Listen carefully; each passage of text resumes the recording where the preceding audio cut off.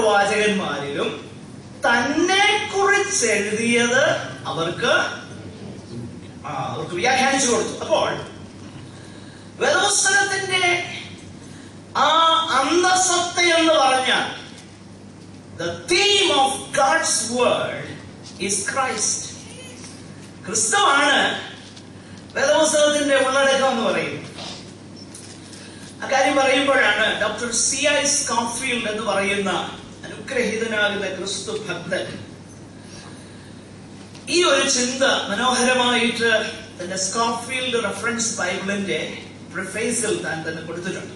അതിങ്ങനെ: Christ being the only theme of the Bible can be divided into 5 parts. ക്രിസ്തു വേദപുസ്തകത്തിന്റെ ഒരു പ്രതിപാദ്യ വിഷയം എന്ന നിലയിൽ വേദപുസ്തകത്തെ 5 ഭാഗങ്ങളായി തിരിക്കാം. അതിലേറ്റവും പ്രാധാന്യമുള്ളത് ഒന്ന്, എല്ലാം പ്രാധാന്യമുള്ള വിഷയങ്ങൾ തന്നെ. ആദ്യമായിട്ടുള്ളത് ഓൾഡ് ടെസ്റ്റ്മെന്റ് ആണ്. Old testament is the preparation for Christ coming. യേശു കർത്താവിന്റെ വരവിന് വേണ്ടിയിട്ടുള്ള പ്രിപ്പറേഷൻ ആണ്, ഒരുക്കമാണ് പഴയ നിയമമെങ്കിൽ. പുതിയ നിയമത്തിലേക്ക് വരുമ്പോൾ സുവിശേഷങ്ങൾ എന്ന് പറയുന്നത് it is the manifestation about the Lord Jesus Christ, or it's the manifestation of the Lord Jesus Christ. യേശുവിന്റെ മുഴുവനായി തന്നെ പ്രകടീകരണം, യേശുവിനെ മാനിഫെസ്റ്റ് ചെയ്തിരിക്കുന്നത് സുവിശേഷങ്ങളാണ്. കർത്താവിന്റെ ഐഹിക ജീവിത ശുശ്രൂഷകളും തന്റെ ക്രൂശ് മരണവും എന്ന് വേണ്ട ആ വിഷയങ്ങളെല്ലാം പ്രതിപാദിച്ചിരിക്കുന്നത് സുവിശേഷങ്ങളാണ്. Again, Christ is the theme of the Gospels. Then comes the history of the church, Acts of the Apostles, അപ്പോസ്തല പ്രവൃത്തികൾ. അത് it is the propagation of Christ. ക്രിസ്തുവിനെ പ്രസംഗിക്കുകയാണ് അപ്പോസ്തല പ്രവൃത്തി എന്ന് പറഞ്ഞാൽ. പിന്നെ വരുന്നത് ലേഖനങ്ങളാണ്.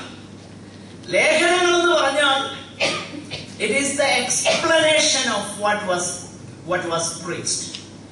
അപ്പോസ്തല പ്രവൃത്തിയിൽ പ്രസംഗിച്ചതിന്റെ എക്സ്പ്ലനേഷൻ, വിശദീകരണമാണ്, ക്രിസ്തുവിനെ കുറിച്ചുള്ള വിശദീകരണമാണ് ലേഖനങ്ങൾ. അവസാനമായി വരുന്നത് വെളിപ്പാട് പുസ്തകം. It is the consummation of all things.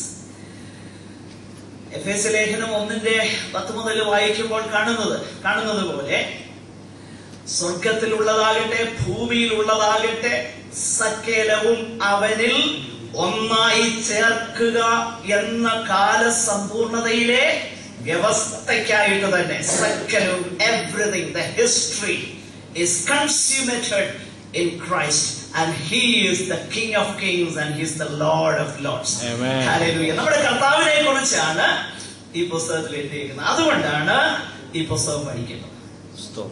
The number one reason is this: it is about our Lord Jesus Christ. പ്രിയമുള്ളവരെ, യേശുവിനെ കാണാൻ കഴിയാത്ത പ്രസംഗങ്ങളും യേശുവിനെ കാണുവാൻ കഴിയാത്ത ബൈബിൾ ക്ലാസ്സുകളും നമ്മൾ ഒഴിവാക്കണം. ഞാൻ പറഞ്ഞിട്ടുണ്ട്, ഞാൻ ശുശ്രൂഷിക്കുന്ന സഭയിൽ sometimes I go to some meetings and comes back with an empty heart, wondering who that preacher is. But sometimes I went to some not so big meetings, but came back with a satisfied heart, and I was wondering all the way how wonderful my Lord is. Amen. Praise the Lord. ചില സന്ദർഭങ്ങളിൽ പോയിട്ട് മടങ്ങി വന്നിട്ടുണ്ട്, ഇവൻ എത്ര മഹാനെന്ന് തോന്നിയിട്ടുണ്ട് ഈ പോഡിയത്തിന്റെ പുറകിൽ നിൽക്കുന്നയാൾ. കാരണം അദ്ദേഹത്തിന്റെ മകൾ കാര്യങ്ങളാണ് പറയുന്നത്. ഓക്കലഹോമ ചെയ്തതും മറ്റിടത്ത് ചെയ്തതും മത്സരത്തിൽ ഞങ്ങൾ സാധാരണ പറയാറുണ്ട്, ഈ ഓക്കലഹോമയിലെ പല കാര്യങ്ങളും ഡൽഹിക്കടുത്തൊരു സ്ഥലമുണ്ട് ഓക്കലയിൽ വരുമ്പോ ഇതൊന്നും കാണാറില്ല. പിന്നെ അവിടെ ചെയ്തതും ഇവിടെ ചെയ്തതും ഒക്കെ പറയാം. എനിവേ, നമ്മുടെ ലക്ഷ്യം അതാ, നമ്മുടെ കർത്താവിനെ കാണാൻ കഴിയണം.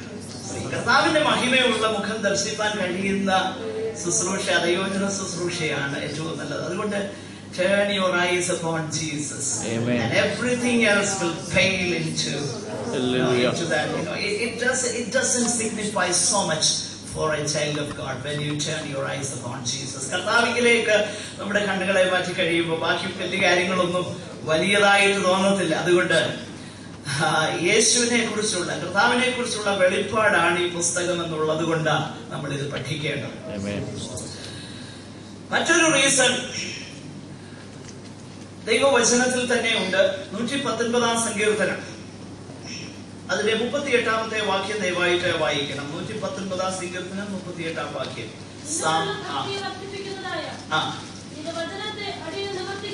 യെസ്, ഇവിടെ സങ്കീർത്തനക്കാരൻ, this is all about, the whole psalm is about the statutes, the laws of God.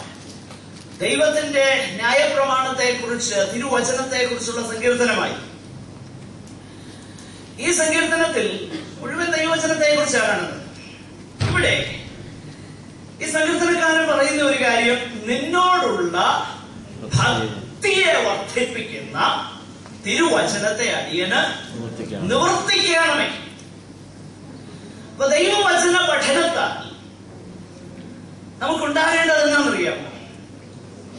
ദൈവവചന പഠനത്താൽ കർത്താവിനോടുള്ള ഭക്തി വർദ്ധിക്കണം.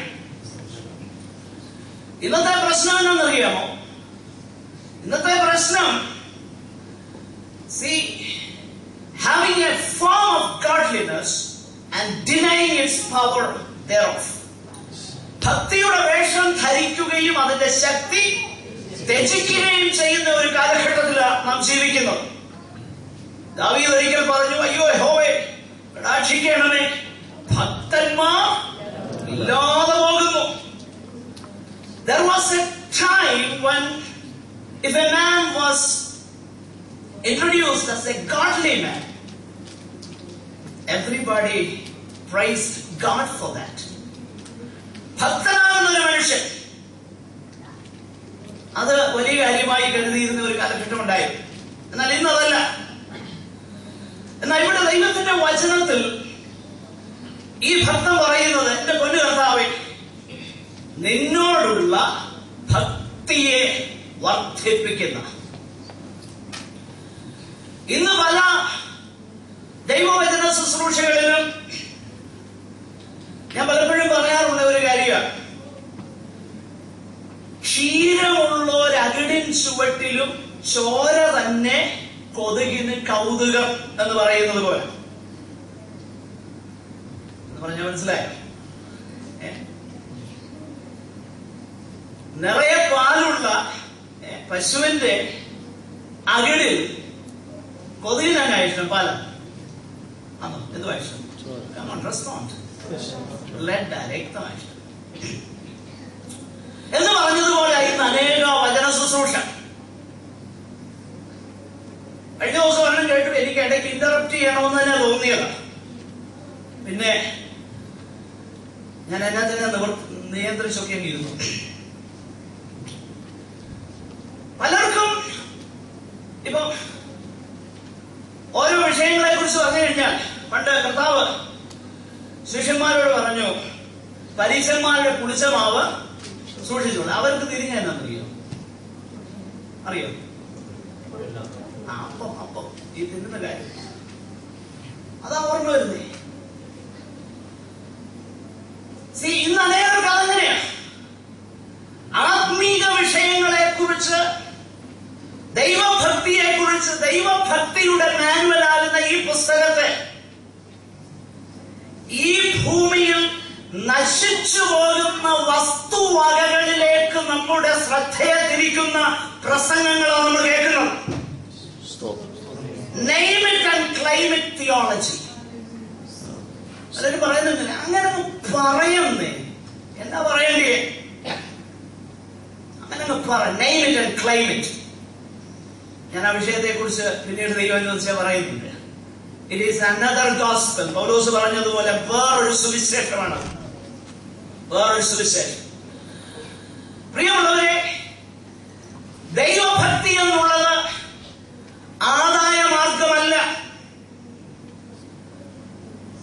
അനേകരുടെയും ചിന്ത എന്താണെന്നറിയാമോ?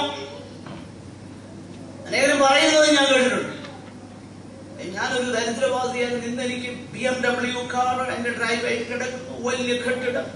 ഗുഡ്, ദൈവം തരുന്നൊക്കെ അനുഭവിച്ചു, എനിക്ക് അതിനകത്ത് പരാതിയൊന്നുമില്ല. പക്ഷേ ദൈവഭക്തി അതിനുള്ളതാകുന്ന മാർഗമല്ല. നിന്നോടുള്ള ഭക്തിയെ വർദ്ധിപ്പിക്കുന്ന തിരുവചനത്തെ അടിയനൊന്ന് വർത്തിക്കണമേ. പുസ്തകം വായിക്കുമ്പം ഈ ഭൂമിയിലെ നശ്വരമാകുന്ന ചിന്തകളല്ല ഹൃദയത്തിൽ വരേണ്ടത്. ഇവിടെ കർത്താവിന്റെ മഹിമയുള്ള മുഖം ദർശിക്കണം. Oh, how beautiful his face is. നമ്മുടെ കർത്താവിന്റെ മുഖം പോലെ ഇത്ര മനോഹരമാകുന്ന മുഖം എവിടെയാ ഉള്ളത്? ആയിരങ്ങളിൽ പതിനായിരങ്ങളിൽ സുന്ദരനായവന്റെ മുഖം ഈ പുസ്തകത്തിന്റെ താളുകളിലാണ് നമ്മൾ കാണുന്നത്.